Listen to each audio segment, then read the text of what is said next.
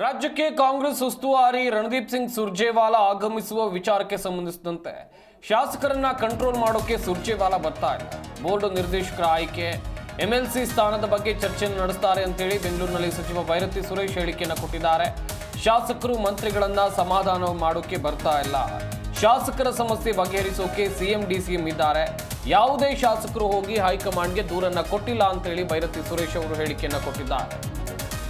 ರಾಜ್ಯಕ್ಕೆ ಉಸ್ತುವಾರಿ ಸುರ್ಜೇವಾಲಾ ಆಗಮಿಸುವಂತ ವಿಚಾರಕ್ಕೆ ಸಂಬಂಧಿಸಿದಂತೆ ಒಂದಷ್ಟು ಚರ್ಚೆಗಳಾಗ್ತಾ ಇವೆ. ಕಾಂಗ್ರೆಸ್ನ ಉಸ್ತುವಾರಿ ರಣದೀಪ್ ಸಿಂಗ್ ಸುರ್ಜೇವಾಲಾ ಬಂದು ಏನು ಮಾಡಬಹುದು, ರೆಬಲ್ ನಾಯಕರಿಗೆ ಬುದ್ಧಿ ಮಾತನ್ನ ಹೇಳ್ಬೋದು ಎನ್ನುವುದಾಗಿ ಪ್ರಶ್ನೆಗಳು ಸದ್ಯಕ್ಕಿವೆ. ಇಲ್ಲ ಇಲ್ಲ ಇಲ್ಲ ಇಲ್ಲ ತಮ್ಮ ತಮ್ಮ ತಮ್ಮ ಭಾವನೆ ತಪ್ಪು. ಯಾವುದೇ MLAಗಳನ್ನ ಕಂಟ್ರೋಲ್ ಮಾಡಲಿಕ್ಕೆ ಮಾನ್ಯ ಸುರ್ಜೇವಾಲಾ ಅವರು ಬರ್ತಾ ಇಲ್ಲ.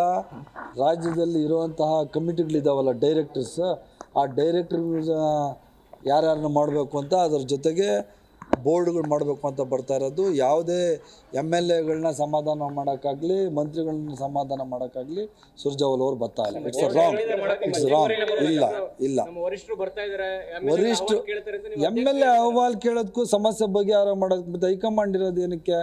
ಹೈಕಮಾಂಡ್ ಇರೋದು ಅದಕ್ಕೇನೆ ಅಲ್ಲ. ತಾವೇನೋ ಸಮಸ್ಯೆ ಪರಿಹಾರ ಮಾಡಬೇಕು ಅಂತಲ್ಲ, ಸಮಸ್ಯೆ ಪರಿಹಾರ ಮಾಡಲಿಕ್ಕೆ ನಮ್ಮ ಮುಖ್ಯಮಂತ್ರಿಗಳಿದ್ದಾರೆ, ಉಪಮುಖ್ಯಮಂತ್ರಿಗಳಿದ್ದಾರೆ.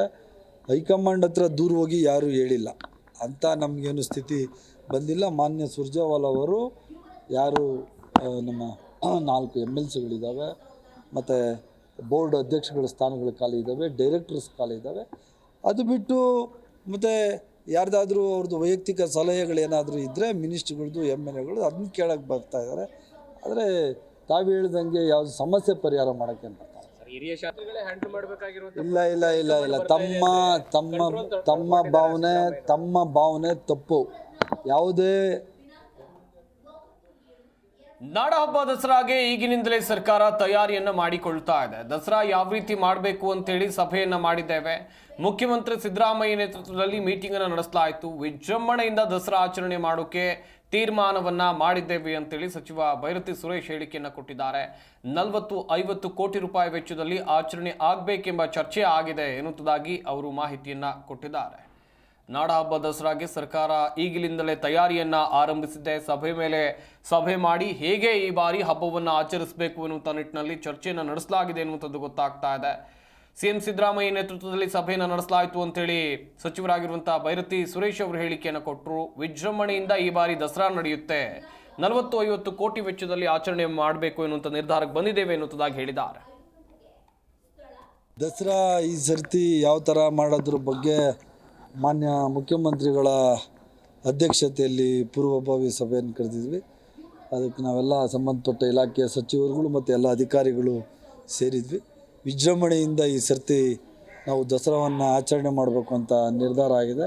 ಸುಮಾರು ಹೆಚ್ಚು ಕಡಿಮೆ ಒಂದು 40-50 ಕೋಟಿ ರೂಪಾಯಿಗಳಷ್ಟು ಹಣವನ್ನು ಖರ್ಚು ಮಾಡಿ ಈ ವಿಶ್ವವಿಖ್ಯಾತ ದಸರಾಗೆ ಸುಮಾರು 180 ವರ್ಷನೋ ಏನೋ ಇರಬೇಕು ಇತಿಹಾಸ, ಆ ದಸರಾವನ್ನು ಈ ಸರ್ತಿ ಭಾಳ ವಿಜೃಂಭಣೆಯಿಂದ ಮಾಡಬೇಕು ಅಂತ ಸನ್ಮಾನ್ಯ ಮುಖ್ಯಮಂತ್ರಿಗಳು ಇವತ್ತು ಆದೇಶ ಮಾಡಿದ್ದಾರೆ.